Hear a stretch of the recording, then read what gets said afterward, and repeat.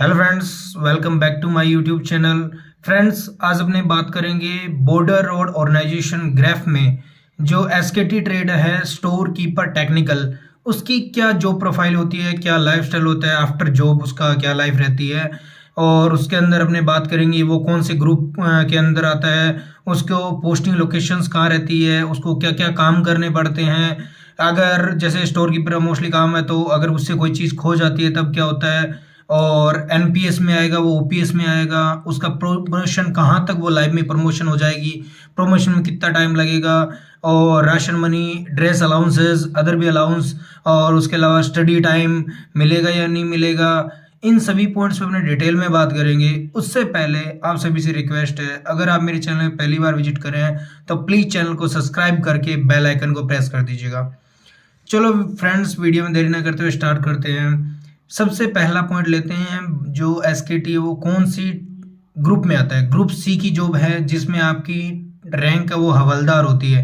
हवलदार की मतलब होता है यहाँ पे 3 स्ट्रिप्स होती है, कितनी 3 स्ट्रिप्स होती है, हवलदार की रैंक होती है, ठीक है।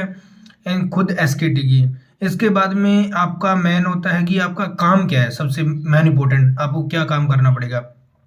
आपको आरसीसी में भी पोस्टेड हो गए। देखिए, पहले पोस्टिंग की बात कर लेते हैं। आप आरसीसी में भी पोस्टेड हो सकते हैं, आप बीसीसी मतलब ब्रिज कंस्ट्रक्शन कंपनी में भी हो सकते हैं, आप चाहे वर्कशॉप, चाहे मतलब कहीं भी, मोस्टली ऑफिस में ही बहुत कम चांस है कि आप डेट में जाएं।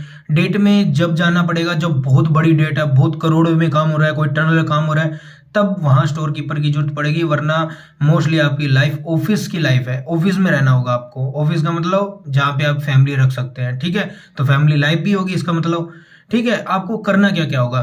आपका जो भी आपका सामान आता है आरसीसी में, जितना भी सामान है, जैसे पीओएल है, आपका क्रूड ऑयल है, आपका राशन मनी आ गया, मोस्टली राशन मनी, ठीक है, राशन मनी आ गया।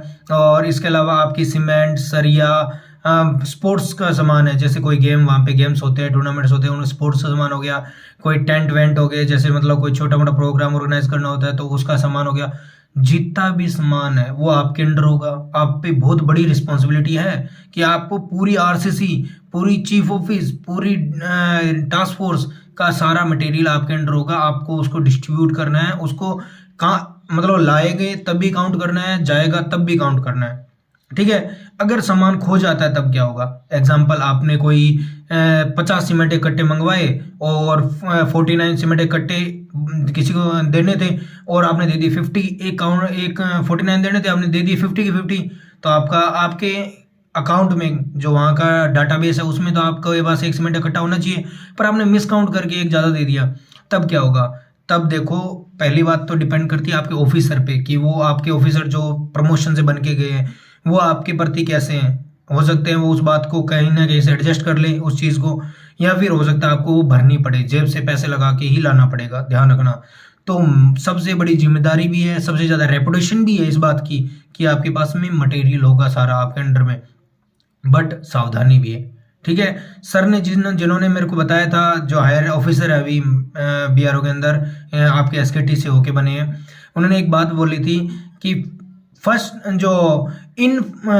इन और फर्स्ट आउट, मतलब जो पहले आए ना उसी को पहले बाहर निकालना है। ये सर ने बोला है, हमेशा याद रखना, फर्स्ट इन फर्स्ट आउट, जो पहले आया उसको पहले निकालना है। अब बात करते हैं, आपकी ऑफिस लाइफ होगी या साइट की लाइफ। ऑफिस लाइफ होगी 99% ऑफिस लाइफ, आपको ऑफिस में रहना, डेट्स में नहीं जाना, ठीक है। और पोस्टिंग लोकेशन का बता दिया, जैसे सभी की 3 साल की पोस्टिंग चेंज होती है वैसे आपकी भी होगी। हाई एल्टीट्यूड आपको भी निकालना पड़ेगा, हाई एल्टीट्यूड उन्हें भी निकालना पड़ेगा, सभी को हाई एल्टीट्यूड निकालना है। प्लेन में भी आओगे, आपको डेट में रहना नहीं है, आपको रहना है ऑफिस में, ठीक है। और अब इसके बाद में आप एनपीएस में आओगे या ओपीएस में, आप नेशनल पेंशन स्कीम में आओगे। अभी बीआरओ में एनपीएस ही लागू है, 2004 से पहले वाले ओपीएस में, उसके बाद वाले एनपीएस में, ठीक है। अब इसके बाद में आपको कैंटीन कार्ड, आपको 2 कैंटीन कार्ड मिलेंगे, एक लिक्वर कार्ड होगा, एक ग्रोसरी कार्ड होगा। ग्रोसरी पे हर एक आइटम फिक्स होते हैं, जैसे आप कितने साबुन ले सकते हैं, कितनी ब्लेड्स ले सकते हैं, कितनी अदर मटेरियल्स, जैसे आप सर्फ इतनी ले सकते हैं, हर चीज़ फिक्स होती है। जो आप क्राइटेरिया सर्च करेंगे ना गूगल पे तो उसकी पीडीएफ मिल जाएगी, इतने इतने आपको आपकी रैंक के हिसाब से ले सकते हैं, ठीक है। मैन होती है, आपको सभी को पता है क्या, दारू, लिक्वर, एक एसकेटी और हवलदार रैंक होती है। हवलदार मतलब NCO, non commissioned officer.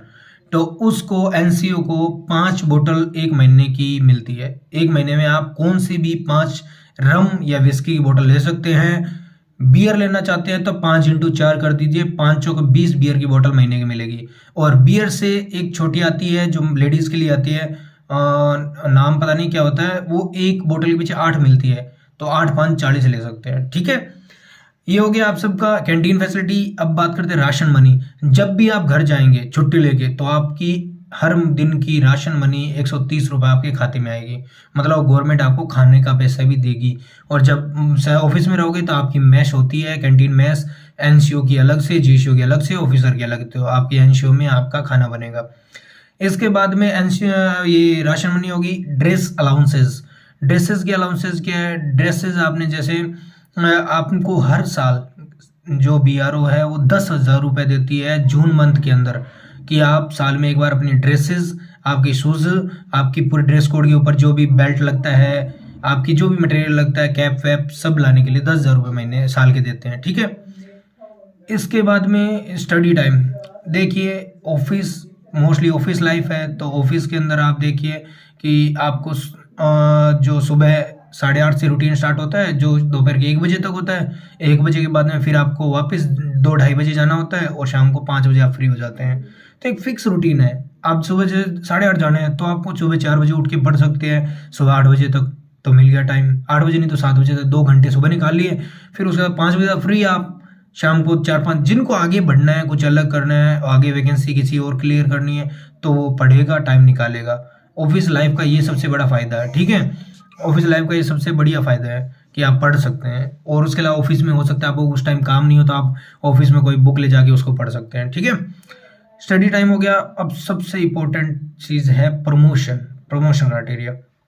BRO में जब आप एसकेटी के तौर पे है तो हवलदार रैंक है। इसके बाद प्रमोशन होता है एसएस2 में। एसएस2 का मतलब होता है स्टोर सुपरवाइजर ग्रेड 2, ग्रेड 2। ठीक है, स्टोर सुपरवाइजर ग्रेड 2।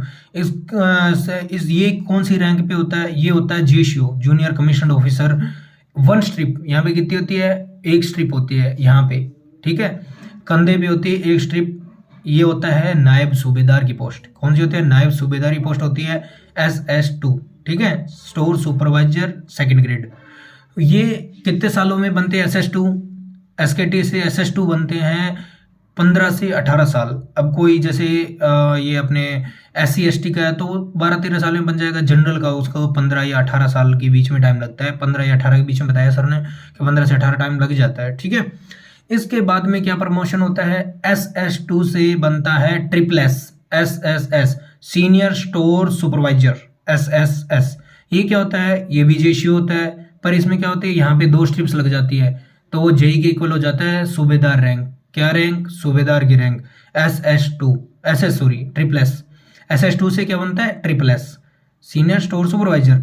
ये रैंक बता दी मैंने। कितना टाइम लगता है? 7 से 8 साल के अंदर। 7 से 8 साल में कोई भी, जैसे ये आपका कोई भी कैटेगरी हो, लगभग जनरल का 7 से 8 साल में बढ़ जाता है तो 5 साल के अंदर आप मानिए SC ST का बन जाएगा। ये हो गया ट्रिपल एस के अंदर जेसीओ 2 स्ट्रिप्स।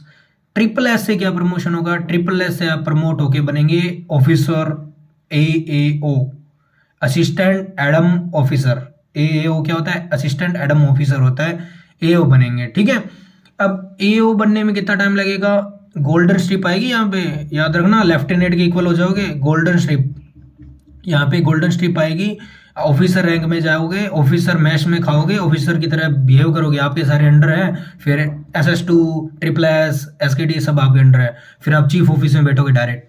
ठीक है, तो ये क्या हो गया अपने AAO। ठीक है, AO ऐसे नहीं कि टास्क फोर्स में नहीं बैठेगा, AO टास्क फोर्स में बैठेगा, चीफ ऑफिस में बैठेगा, पर RCC में बहुत कम मिलते हैं AO। ठीक है, बड़ी RCC है तब AO की आवश्यकता होती है। ठीक है, AO बता दिया मैंने कि गोल्डन स्ट्रिप होती है, क्या रैंक होती है, कितना टाइम लगता है। अब सबसे बड़ी इंपॉर्टेंट चीज़ है कि सर कि हम SKT कोई भी जाता है तो कहाँ तक लास्ट पहुँचता है? मोस्टली सब है ना, लगभग जाके triple S, senior store supervisor पे 2 स्ट्रिप जेसीओ पे जाके रुक जाते हैं।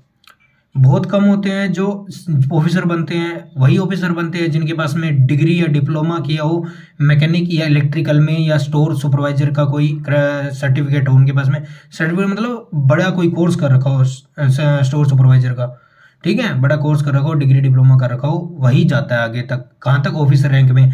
या जो कम एज में लग गया हो, जैसे 18 होते ही 19 की एज में लग गया हो, वो जाता है। और उसके साथ में उसके पास में क्या हो, SC ST का आपके पास सर्टिफिकेट, मतलब SC ST कैटेगरी का हो वो, ठीक है। तो मोस्टली कहाँ रुक जाते हैं? ट्रिपल S पे। कम से कम कौन सा प्रमोशन होता है? SS2 का, store supervisor senior store, sorry SS2 मतलब store supervisor second grade second. यहाँ तक तो पहुंच ही जाता है कोई ना कोई, हर कोई, सॉरी कोई ना, हर कोई पहुंच जाता है। मोस्टली कहाँ जाके रुक जाते हैं? ट्रिपल S पे, ठीक है। ये हो गया आपका प्रमोशन क्राइटेरिया।